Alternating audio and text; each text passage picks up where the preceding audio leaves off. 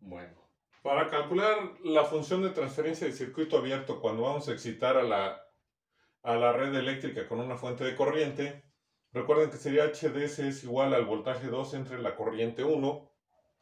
Seguimos calculando el voltaje a la salida para que siga siendo un circuito abierto.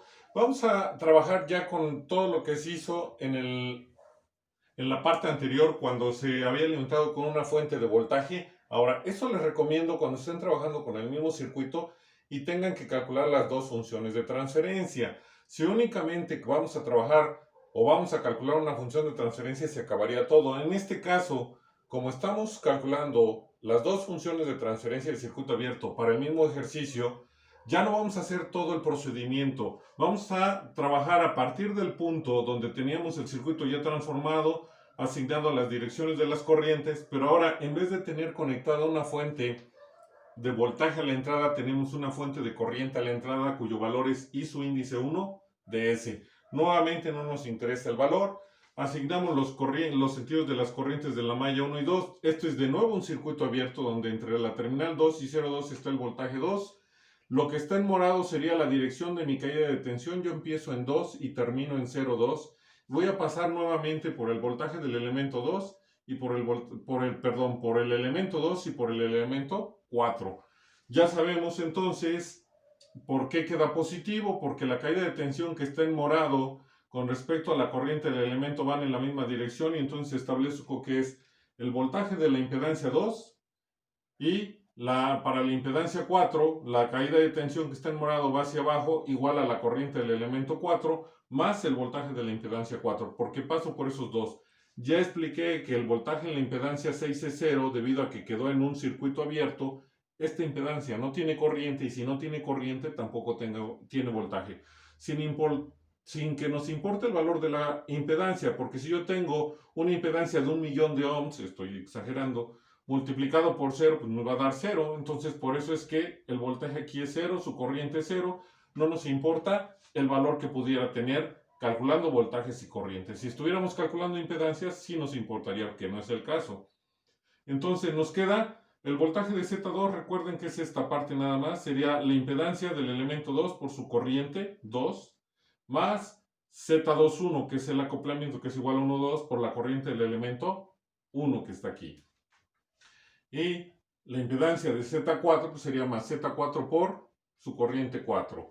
Nuevamente tendríamos que hacer el mismo proceso. La ventaja de realizar las dos funciones de transferencia en el mismo circuito pues es que me va a quedar exactamente lo mismo porque yo no estoy cambiando ningún elemento ni estoy modificando el tener un circuito abierto. Estoy modificando únicamente la fuente de excitación, que hace un momento era de voltaje y ahora es de corriente. Entonces me queda la misma ecuación. Las ecuaciones de malla, no modifiqué ningún elemento de mis impedancias, siguen siendo la misma. Lo que va a cambiar es que ahora mi fuente, mi corriente, la malla 1, la voy a igualar, recuerden, a fuentes de voltaje. Yo no tengo una fuente de voltaje en la malla 1, tengo una fuente de corriente. Y por eso es que escribo voltaje de la fuente de corriente. Y empiezo a enumerar. Ya les dije que cada vez que sucede eso, enumeramos ecuaciones. Esa sería mi ecuación 1, la ecuación de la malla 2 sería mi ecuación 2. Y tengo el dato adicional que la corriente de la malla 1 es igual al valor de mi fuente, que es I su índice 1 de S. Y esa sería mi ecuación 3. Entonces, ¿qué voy a hacer? Sustituir el valor de la ecuación de J1, que es mi ecuación 3, en la ecuación 2. No me interesa la 1 porque tendría yo una variable que debería de calcular y no la requiero. Y voy a despejar a J2. Este término tiene los dos signos negativos, lo multiplico por I su índice 1 de S, va a pasar del otro lado con signos positivos. Este término que está multiplicando va a pasar dividiendo. Realizamos el álgebra necesaria. No puedo tener no puedo tener fracciones en mi cociente que estoy aplicando. Realizo y me va a quedar que la corriente de la malla 2 es un cociente en el cual el numerador es 4s cuadrada más 8s, entre, que sería el denominador, 13s cuadrada más 25s más 8 y todo multiplicado por I su índice 1 de S. Nuevamente, recuerden que necesito J1 menos J2, resto J1 menos J2, J1 vale I1 de S, le resto este valor y nos va a quedar, después de realizar operaciones, un cociente en el cual el numerador es 9s cuadrada más 17s más 8 y el denominador es 13s cuadrada más 25s más 8, todo multiplicado por I1, y su índice 1 de S. Y entonces ya puedo sustituir el valor de Z2 que ya se conoce por la corriente 2 que ya la calculamos, el valor de Z21 que también ya se conoce por J1 menos J2 que se acaba de calcular, y el valor de Z4 que ya se conoce por la corriente 1 que es I1 de S.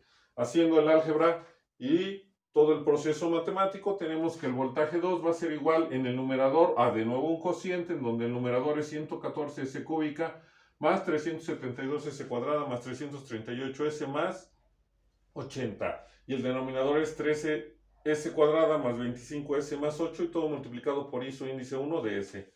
Ya puedo calcular mi función de transferencia que es el voltaje 2 que se acaba de calcular entre la corriente 1 y nuevamente el valor de la fuente se va a eliminar. Es por ello que no nos interesa su valor.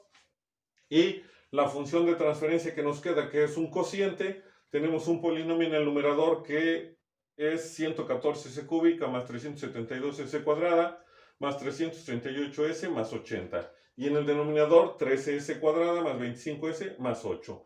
Y ahora sí tiene unidades. ¿Por qué? Porque es voltaje sobre corriente. Y por ley de Ohm, siempre que hacemos la operación de voltaje sobre corriente, obtenemos impedancia, cuyas unidades son ohms.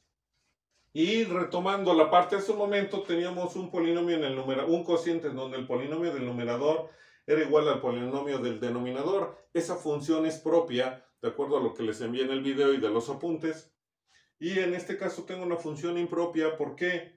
Porque el grado del polinomio del numerador es mayor al del denominador. Recuerden que para que la función sea propia en funciones de transferencia nada más, el polinomio del numerador debe de ser del mismo grado o de grado menor al del denominador. Y entonces mi función es propia. Es impropia si el grado del polinomio del numerador es mayor al del denominador. Y todos los trabajos que se hacen para funciones de transferencia son con funciones propias. Si habláramos de síntesis, que ustedes ya tienen los apuntes, veríamos que a veces no se pueden sintetizar o no se pueden realizar ciertas operaciones, o mi circuito es inestable bajo ciertas condiciones. Y con esto estaríamos terminando las funciones de transferencia de circuito abierto.